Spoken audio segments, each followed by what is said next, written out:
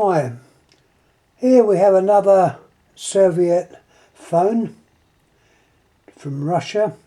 It's a TA1152 manufactured by VEF. The additional information I've just picked up off of eBay, where there's one of these for sale, which I was quite surprised actually, but it was exactly the same one. I'll turn this one over so you can see what it looks like inside.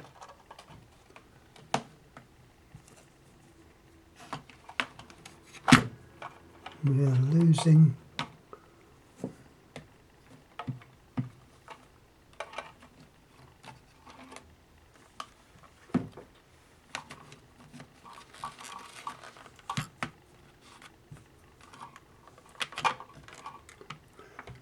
Right, that took a bit of untidying.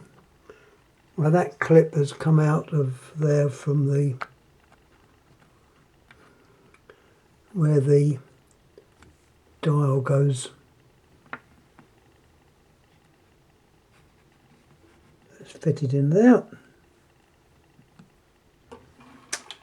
Anyhow, I've had this phone quite a while. It's very basic, but it's functional. It's on the press button, which is Australia pulse. It's not tone.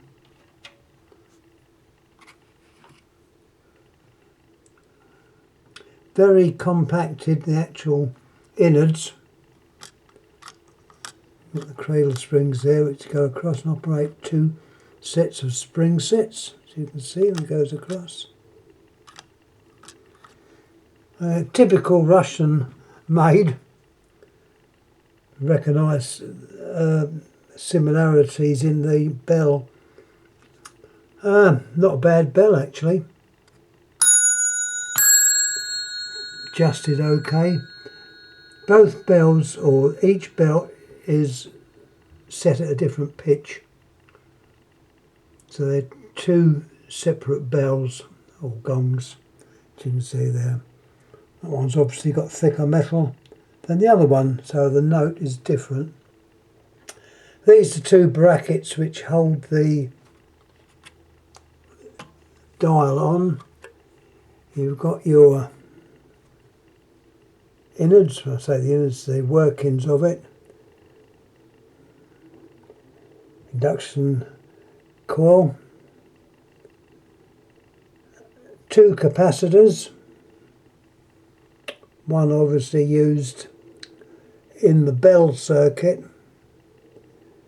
Very simply made, but it's simple, it obviously works. I thought we'd sort this one out from the room up, from the little cupboard upstairs where I've got all these.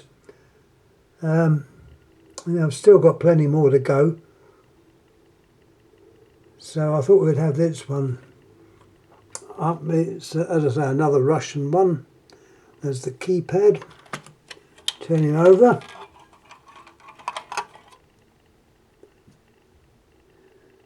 Quite a lot to it. This is the print side, and you've got a double board. There's another board in there. You can just about see there for the actual connections which go through to the keypad.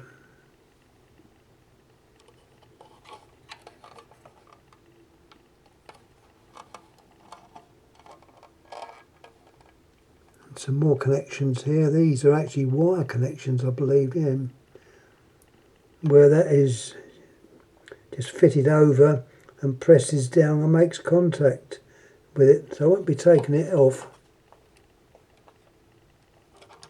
They've got there, I was wondering the age of this. Now, the information I got from the eBay is 1980s.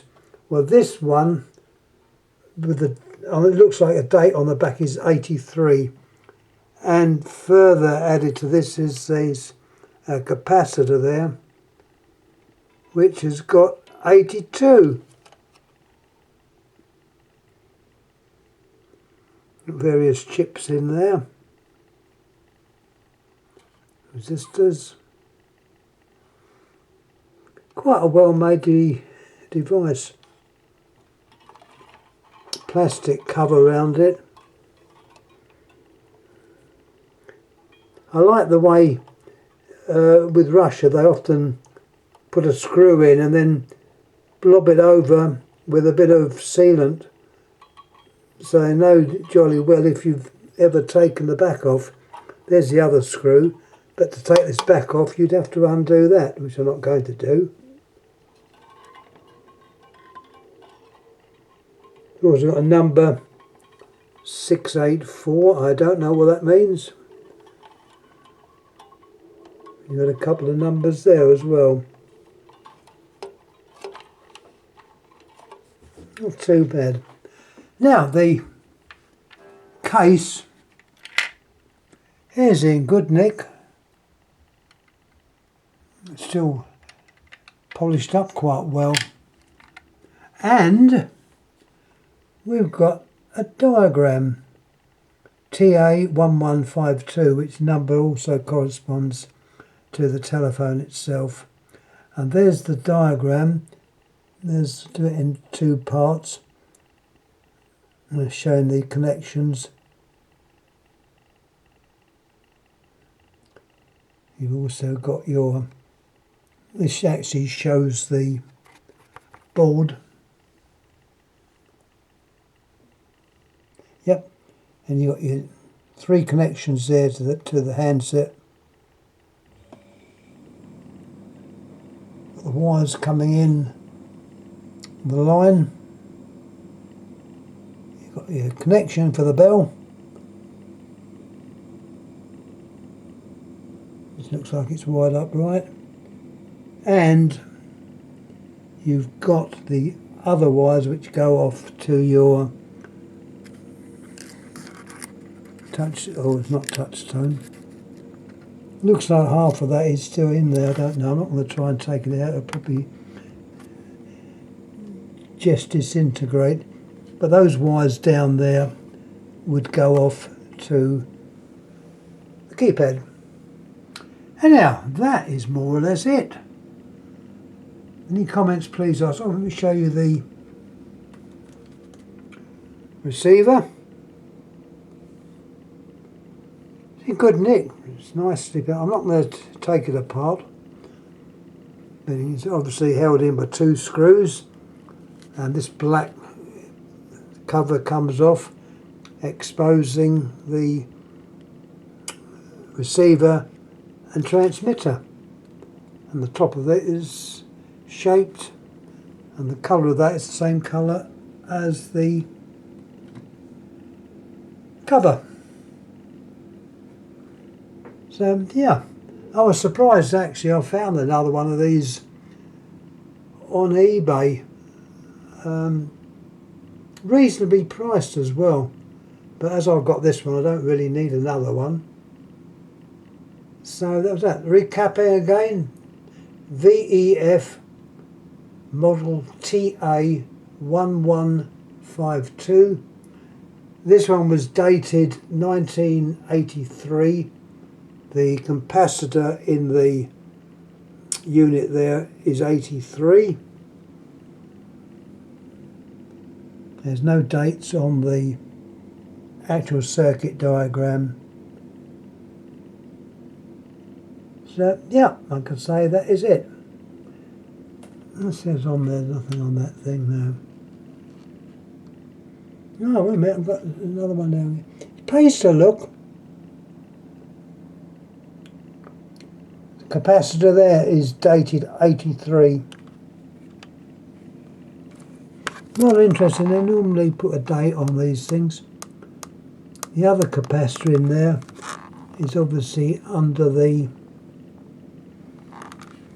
it's been covered up by the board. So yeah, you can definitely say manufactured in 82, 83, thereabouts. It looks like there might even be a date on there. It's 80 something there. So anyhow, thanks for watching. Any comments please make. The bell, as you can see, has got an adjuster on there to reduce the volume of the bell. And very plasticky. The whole case is in plastic. But nevertheless, it's not a bad device. The screws go into a nice brass inserts, which to me always is of quality, rather than just screwing into the plastic, which wouldn't last very long. It would soon wear down. Screws are captive, except one which the little washer has gone missing, so we'll put that one in, but it won't be captive. Anyhow, thanks again for watching. Any comments please make. And I'm going to get something to eat. I'm rather hungry. I know I've left doing this a bit late today. I thought it'd be a change. Anyhow, thanks again. Thank you.